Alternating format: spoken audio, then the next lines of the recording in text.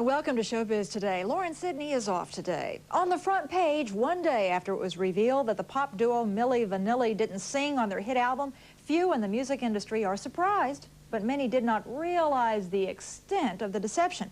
Sandy Kenyon has reaction to the announcement, but reports that record companies are oddly silent on the whole issue. Girl, you know it's true. The truth is, Milli Vanilli were living a lie by pretending to sing when they did not. This is a fairly embarrassing episode when you have people who not only cannot go out on tour and reproduce their songs really in any way, but who also turn out not to have sung on their own records. That's really a bit of a scandal. The two performers involved, Rob Pilatus and Fab Morvan, released a statement claiming they were actually prevented from singing by their own producer, the same man who first revealed that their voices were silent. But at least one radio personality doesn't understand what all the fuss is about. When you go to see a Milli Vanilli, or you go to see a great operatic, or you're going to see Caruso perform, or you're going to see something that'll last forever, now you're going to be entertained. So what is entertainment? Entertainment is scenery, costumes, lights, a facade. Milli Vanilli is a facade. And they are not the first to try and fool the public by lip syncing. But nevertheless, some are calling them a sign of the times. I think it is part of and an extension of the trend that we've seen in the past several years where acts, image, and visual presence is more important than their musical talent. For that, blame MTV and its growing power to sell records. People, and especially young people, want to go and see what they see in videos, and they don't much care if someone is singing or who's playing, that sort of thing. All of which complicates matters for the National Academy of Recording Arts and Sciences, which now must decide whether or not to strip Milli Vanilli of their Grammy Award as Best New Artist of 1989. There's too many doubts that have been cast now for us not to go forward and try to find out the truth. The Grammy, the credibility of the Grammy depends on it. The pair may be the hottest topic in the music industry right now, but no representative of a major record company would discuss them with CNN on camera. And here's one reason why. Sources tell us Milli Vanilli are not the only imposters in town. Sandy Kenyon, CNN Entertainment News, Hollywood. Hello from Hollywood, I'm Bella Shaw. Lauren Sidney is off today. Welcome to Showbiz Today. The two men who fronted Milli Vanilli spoke with their own voices today to say they can sing, but were forced to lip sync and live a lie. Sandy Kenyon covered this morning's Milli Vanilli news conference live on CNN and files this report.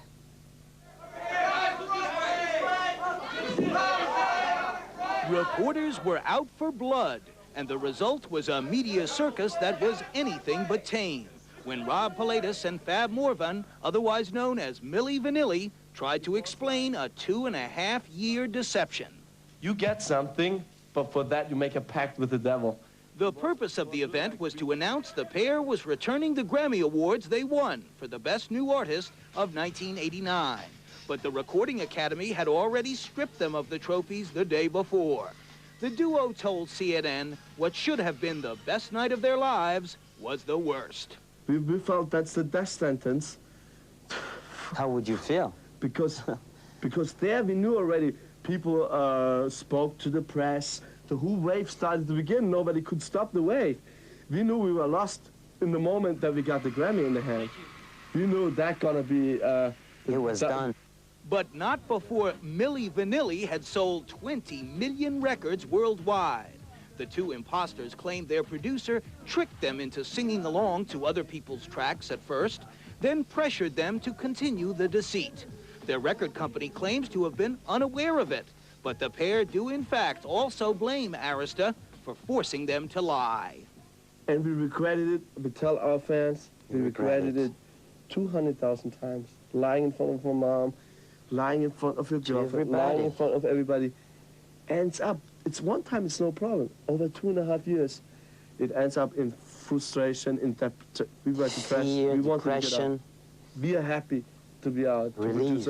The pair now hope to continue recording as Rob and Fab, the German and the French, and they played a tape with their real voices to prove they could sing.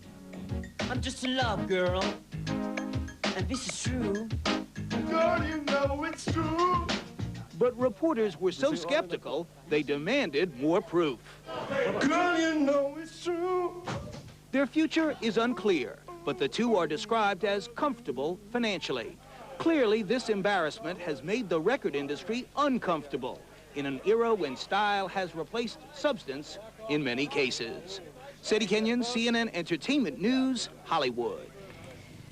We have that tape that Sandy mentioned of Rob and Fab singing, they say, with their own voices, and we'll play some of that a little bit later. The duo also confirmed that most of the album was sung by Johnny Davis and Brad Howell, and that the hit single, Girl You Know It's True, was sung by Charles Shaw. Charles Shaw now joins us live in our New York studios, along with Jamie Foster Brown, publisher of the magazine Sister to Sister. Jamie first brought attention to this story a year ago, so let's start with you, Jamie. What have we learned from this fiasco? Oh, well, there's more to be learned, I think. Besides this deception, we have the black box deception that's coming out now, where it's actually Martha Wash singing on that album, almost the entire album. But this has been going on quite a bit. I think it blew open because the Grammys involved. Well, now, Charles, you blew this whole thing open last fall when you first made your allegations, and then you retracted those statements about 8 days later. Now, why did you do that? I did not retract the statements 8 days later that I rapped. I retract the statement about the singing. I did not sing on Girl You Know It's True. I only rapped on Girl You Know It's True. Well, what about the duo of Milli Vanilli? Can they sing? Well, they just proved their point. For my opinion, if you really want to know, no, they can't. And what does that mean for your future and your future albums that you might record? Are you going to keep that Milli Vanilli sound and capitalize on their success? They made millions. No, I don't need Milli Vanilli for success. I was singing before Milli Vanilli even thought about coming stars. And the music that I do and the way that I rap and the way I sing, I will always sing, I will always rap so long as I can. And music is from Frank Farian and not from Milli Vanilli. Do you feel sorry for him, Charles? And what happened to him? No, I don't. No, not after seeing the press. I have no pity for him now. Are you saying that in today's music world, you can get away with just visuals, that you really don't have to sing? Well, they just did it again. And Jamie Foster Brown, how will this change our outlook on the whole music industry? I think this was the straw that broke the camel's back. I think packaging and imaging has become so important in the industry now without having real talent. This needed to come forth just like we needed to have the 2 Live Crew to make America stop and evaluate its values. So I think it's good that this came out. Okay, we'll see what happens with Black Box. They've got that hit single out called Everybody, Everybody. That's right. And let's see if they're frauds as you have alleged. Yes. Thank you, Jamie Foster Brown and Charles Shaw. Bye-bye. As we've reported, Charles Shaw and the singers on the rest of the album, Johnny Davis and Brad Howell, are not eligible to receive the Best New Artist Grammy that was taken away from Rob Pilatus and Fab Morvan because the real singers were not listed in the Grammy application. The National Association of Recording Arts and Sciences will decide next month if it will present the award to one of the other nominees or to nobody at all. In any case, the entry of an ineligible act put the other nominees in an unfair position. I think it's a drag.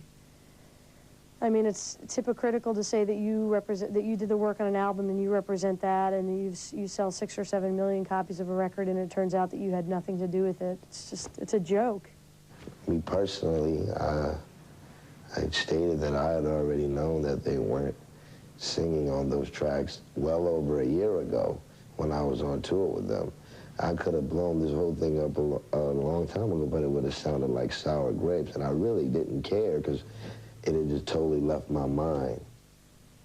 But what about the record and ticket buyers who thought they were listening to the performers they were seeing? Well, a California woman who bought the album for her son is suing to get a refund. Jack Poorman looked into that. It really isn't fair. For fans like David Stalter, the image portrayed by Fab Morvan and Rob Pilatus and the voices heard on the records and videos were one and the same. When I listened to the music, I would sort of picture them singing, and because of all their photos and stuff, or on the covers, I sort of just associated the music with them. And that's how I looked up to them.